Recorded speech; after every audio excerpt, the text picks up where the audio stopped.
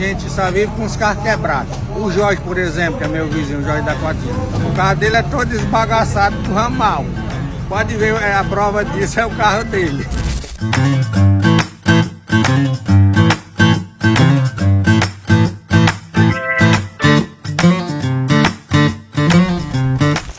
Era ruim demais. Agora tá melhor.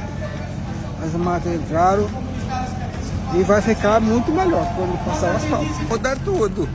Melhora para os alunos, melhora para nós que temos nossas produções para escoar. Aí com a expectativa de um trecho de asfalto, vai ajudar muita gente.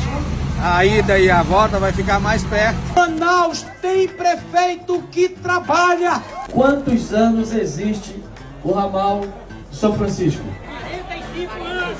Em até 4 meses nós vamos entregar esse ramal e nós vamos mudar uma realidade de 45 anos.